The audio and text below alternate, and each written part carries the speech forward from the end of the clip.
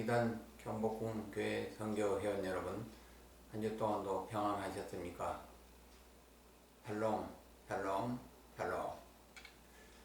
코로나19 사태가 70일 넘게 지속되고 있으며 사회적 거리 두기가 2주간 더 연장되어서 4월 19일까지 시행되게 되었습니다. 따라서 교회는 아직도 예배가 회복되지 못한 가운데 종료주일과 고난주간을 맞이하게 되었으며 다음 주일 부활절 예배도 성전에서 드리지 못하게 되어 참으로 안타깝습니다. 네, 2000년 전에 예수님께서는 낮고 천한 모습으로 이 땅에 오셔서 3년 동안 공생애를 감당하시고 예루살렘에 들어오시자마자 오래지 않아서 유대인들에 의해 고난을 당하시고 심지어 유대인들의 사주에 의해서 본디오 빌라도의 손으로 십자가형에 처하게 됩니다. 그럼 예수님께서 예루살렘 성전에 입성하시는 과정에서부터 십자가에 매달리시기까지 그 고난받으신 과정을 차례대로 살펴보도록 하겠습니다. 네, 오늘 첫 번째 예수님의 고난의 여정을 살펴보면은 예루살렘의 입성과 최후의 만찬입니다. 먼저 예루살렘 입성입니다. 요한복음 12장 12절부터 14절 말씀입니다. 시간 관계상 눈으로 읽어 주시기 바랍니다. 요한복음 12장 12절부터 14절 말씀입니다. 네, 감사합니다. 예루살렘에는 유월절 명절을 지키기 위해서 주변의 각 나라들로부터 수많은 유대인들이 몰려들기 시작했습니다. 수백만이 몰렸다고 합니다. 예수님은 예루살렘 입성을 위하여 서갈에서 9장 9절에 예언된 말씀처럼 어린 나귀를 타시고 예루살렘으로 들어가시게 되었습니다. 이 소식을 들은 많은 유대인들은 여리고에서부터 종려나무 가지를 꺾어 들고 와서 예수님 발 앞에 깔고 자기들의 겉옷을 벗어서 길에 펴면서 모든 사람들이 소리 높여 외쳐 이르되 호산나 다윗의 자손이여 찬송하리로다. 주의 이름으로 오시는 이여 가장 높은 곳에서 호산나 하더라. 아멘. 이스라엘의 왕으로 오신 예수님의 예루살렘 입성을 환영하면서 높이 높이 외쳤던 것입니다. 이에 온 성이 소동하였던 것입니다. 예수님께서는 예루살렘 성전에 들어가신 후에 성전을 먼저 청결케 하시고 저녁이 되어서 제자들에게 마가의 다락방에서 최후의 만찬을 베푸십니다. 마가복음 14장 22, 24절 말씀인데요. 이것도 눈으로 읽어 주시기 바랍니다. 마가복음 14장 22, 24절 말씀입니다. 네, 예수께서 만찬을 위해 떡을 가지시고 축사하신 후에 이것은 내 몸이다 라고 말씀하시면서 제자들에게 나누어 주셨습니다. 자신이 말씀이 육신되어 생명의 떡으로 오신 것을 말씀하신 것입니다. 또 잔을 가지사 기도하신 후에 제자들에게 잔을 나눌 때 이것은 많은 사람을 위하여 흘리는 나의 피 곧 언약의 피라고 말씀하셨습니다. 즉 이것은 예수님께서 대속하기 위해서 십자가에서 흘리실 피의 대속을 의미하는 것입니다. 결국 제자들은 만찬 시에 예수님의 살과 피를 먹고 마심으로써 예수님과 하나가 되었던 것입니다. 이것이 오늘날 성찬식의 유래가 되어서 이런 성찬식을 통하여 예수님의 살과 피를 먹고 마시게 된 것 같은 성령의 임재하심을 통해서 성찬식에 참여한 자는 예수님과 하나가 되는 은혜를 체험할 수가 있는 것입니다. 예수님께서는 마지막 만찬을 마치시고 제자들을 데리시고 예루살렘에서 나오셔서 감람산으로 기도하러 들어가셨던 것입니다. 오늘 두 번째 고난의 여정은 예수님께서 겟세마네에서 기도하시는 것입니다.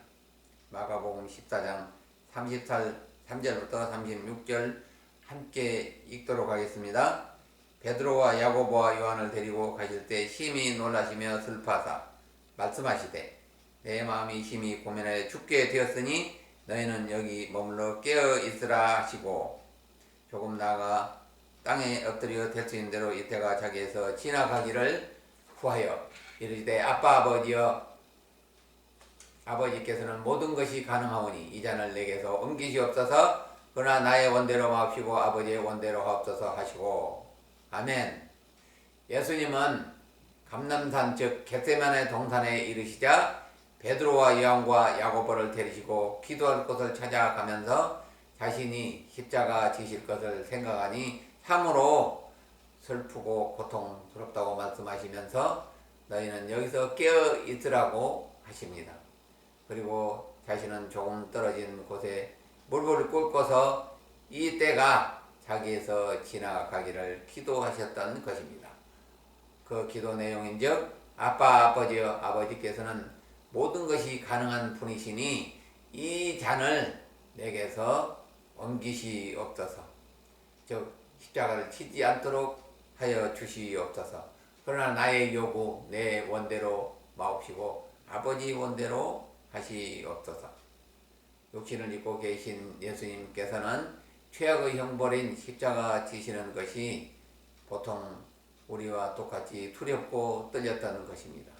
머리가 터질 것 같고 가슴이 찢어질 것 같은 고통 중에 모든 피를 다 흘리면서 십자가에서 긴 시간 동안 고통받는 것이 두려웠던 것입니다. 그래서 전지전능하신 아버지 하나님께 이 십자가를 면하게 해달라고 땀방울이 핏방울 되도록 기도를 하셨던 것입니다. 그러나 하나님께서는 침묵으로 일관하셨습니다. 그래서 예수님께서는 마지막 기도는 자신의 요구를 관철시키려는 것이 아니라 하나님이 뜻이 이루어지는 기도로 마무리를 지었습니다.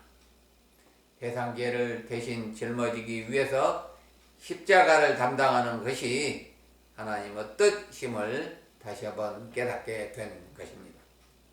감람산에서 기도를 마치시고 나오실 때 가룟 유다가 대제사장들의 군병들을 데리고 와서 예수님을 포박하여 대제사장 가야바에게로 끌고 가게 된 것입니다.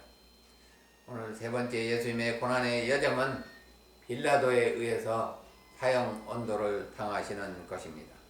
마태복음 27장 22, 26절 말씀 함께 읽도록 하겠습니다. 빌라도가 이르되 그러면 그리스도 하는 예수를 내가 어떻게 하랴? 그들이 다 이르되 십자가에 못 박아야 하겠나이다. 빌라도가 이르되 어찌 미냐 무슨 악한 일을 하였느냐? 그들이 더욱 소리질러 이르되 십자가에 못 박혀야 하겠나이다 하느니라. 빌라도가 아무 성과도 없이 도리어 밀라에 나르는 것을 보고 물을 가져다가 무리 앞에서 손을 씻으며 이르되 이 사람의 피에 대해 나는 무죄하니 너희가 당하라. 백성이 다 대답하여 이르되 그 피를 우리와 우리 자손에게 돌릴지어다 하거늘 예 바라바는 그들에게 놓아주고 예수는 채찍질하고 십자가에 못 박히게 넘겨주니라. 아멘. 예수님이 붙잡혀간 대제사장 저택에서는 긴급 공회가 열리게 되었는데 한밤중이나 나서 정적수가 미달되었다고 합니다. 그러니 그 결정된 사항은 무효이나 마찬가지입니다. 아무튼 예수님에 대한 신문이 밤중에 시작이 됩니다. 하지만 죄목이 발견되지 않으므로 결국 신성모독죄와 안식일을 범한 죄목으로 십자가형을 결의하고 자신들은 이 공의에서는 사형 권한이 없으므로 본디오 빌라도에게 예수의 십자가형을 건의하게 된 것입니다. 그러나 본디오 빌라도는 예수님을 신문해 본 결과 이스라엘의 종교적 문제 외에는 아무런 죄가 없음을 알아 깨닫고 이에 때려서 석방하겠노라고 유대인들에게 말합니다. 이에 유대 지도자들은 예수님이 자칭 유대의 왕이라고 한다면서 우리에게는 가이사 외에는 왕이 없다고 예수님이 반역자라고 강변합니다. 정말로 웃지 못할 고백이 아닐 수 없습니다. 함께 모였던 수많은 유대인들도 제사장들의 부추김을 받고 예수님을 십자가에 못 박으라고 소리 칩니다. 이들은 불과 몇 시간 전에 예수님이 예루살렘에 입성하실 때에 호산나 다윗의 자손을 찬양하던 그런 자들이었습니다. 이에 빌라도는 밀란이 날까 두려워서 물을 가져와 손을 씻고 나는 이 사건과 무관하니 너희가 이 죄를 담당하라면서 예수님을 십자가에 못 박는 원도를 하게 된 것입니다. 5일 유대인들은 십자군 전쟁 때 많은 희생을 당하였고 2차 대전 때 독일의 히틀러에게 600만 대학살을 당하게 되었던 것입니다. 이것은 어쩌면 죄 없는 예수님을 십자가에 죽인 것에 대한 하나님의 심판이었다고 볼 수가 있습니다. 마지막으로 예수님의 마지막 고난 여정은 십자가에 못 박히시고 죽으시는 것입니다. 마태복음 27장 32, 35절 같이 읽도록 하겠습니다. 나가다가 시몬이란 구레네 사람을 만나며 그에게 예수의 십자가를 억지로 지어가게 하더라. 골고다 즉 해골의 곳이라는 곳에 이르러 쓰리get한 포도주를 예수께 주어 마시게 하였더니 예수께서 맛보시고 마시고자 하지 아니하시더라. 그들이 예수를 십자가에 못 박은 후에 그 옷을 제비 뽑고 나누고 아멘. 사형 온도를 받은 예수님에게 로마 병정들은 홍포를 입히고 가시 면류관을 씌우고 조롱하면서 나뭇가지로 머리를 쳐서 이마에서 검붉은 피가 흐르게 하였습니다. 이뿐 아니라 40에 하나 감암매를 채찍을 맞으심으로써 거의 희신 상태가 되었습니다. 이사야서 53장 5절 말씀처럼 그가 채찍에 맞음으로 우리가 나음을 얻었고 아멘. 하지만 로마 병정들은 수없이 쓰러지고 넘어지는 예수님에게 그 무거운 십자가를 짊어지게 하고 골고다 언덕을 오르게 합니다. 마치 이삭이 번제단 사용할 나무를 짊어지고 모리아산을 올라가는 것처럼 말입니다. 바로 비아 돌로로스 길을 오르게 한 것입니다.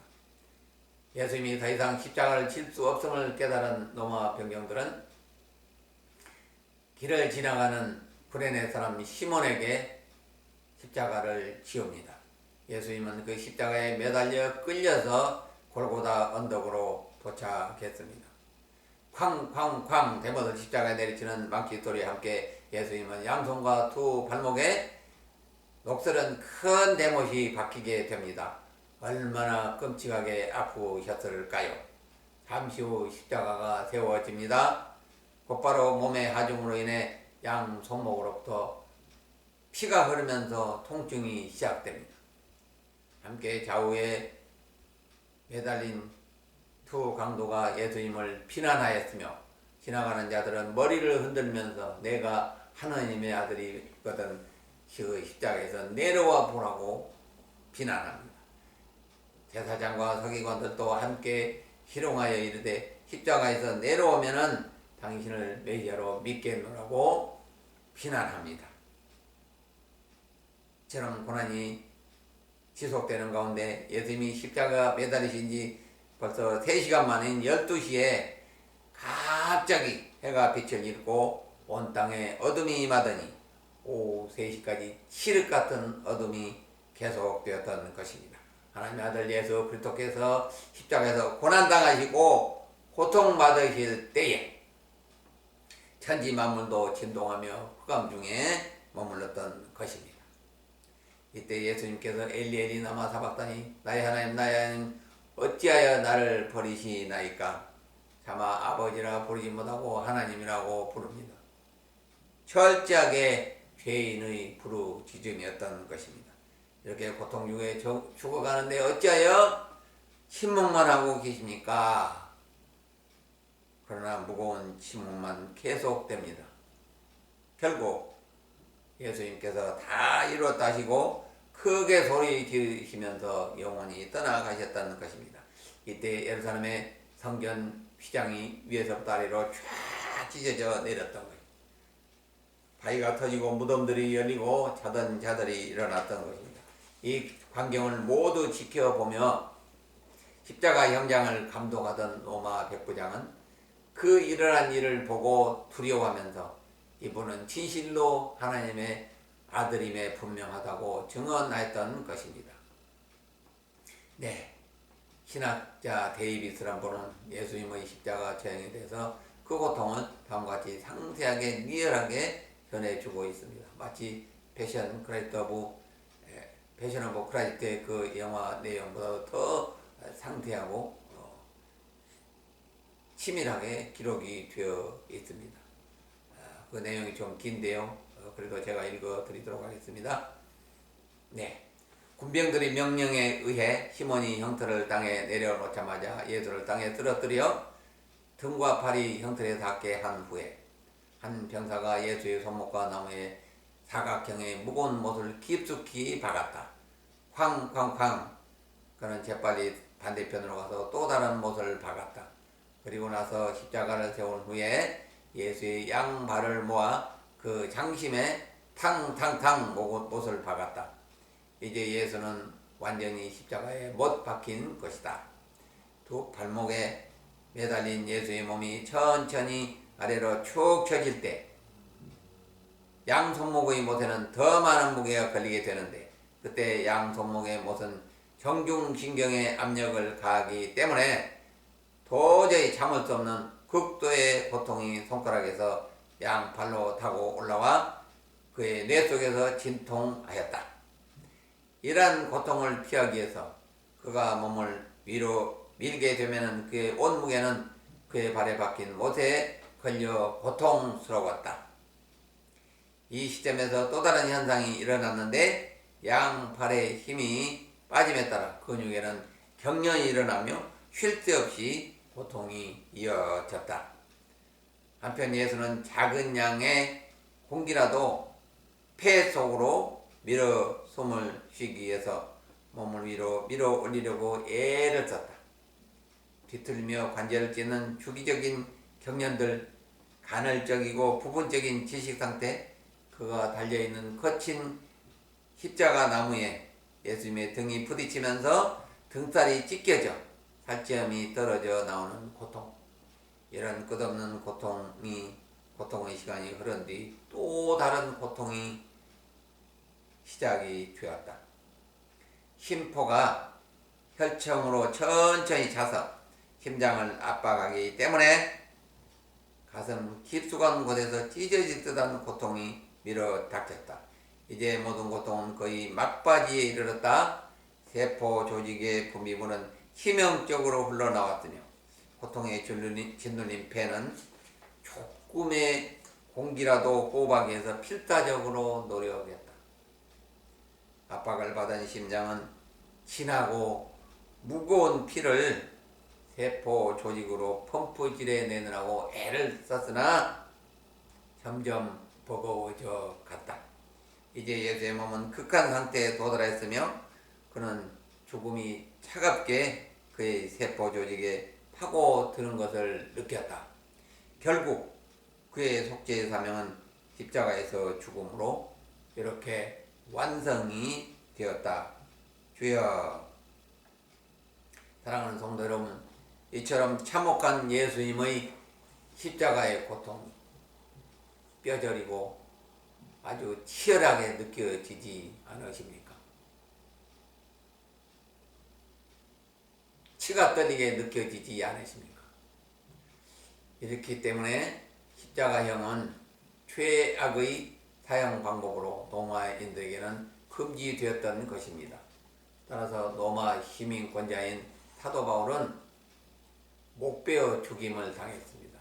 즉 단두대 순교를 당했다고 전해지고 있습니다. 결론을 맺도록 하겠습니다. 점도 없고 흠도 없으신 예수님은 저와 여러분을 위해서 여러분 같은 죄인을 구원하기 위해서 참혹한 고통을 당하시고 십자가에서 죽으셨습니다. 예수님은 멸시천대 침뱉음을 당하시고 또 우리의 허물 때문에 가시 메주관에 찔리시고 끝내는 그 옆구리에 창으로 찔림을 당하고 숨을 거두셨습니다.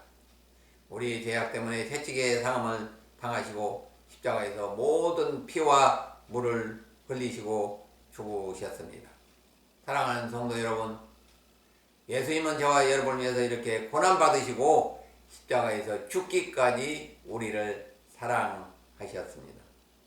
2020년 고난주간을 맞이하는 저와 여러분은 예수님을 위해서 무엇을 어떻게 하실 수 있을까요? 예수님 말씀하시기를 자기 십자가를 지고 나를 따르라고 말씀하십니다.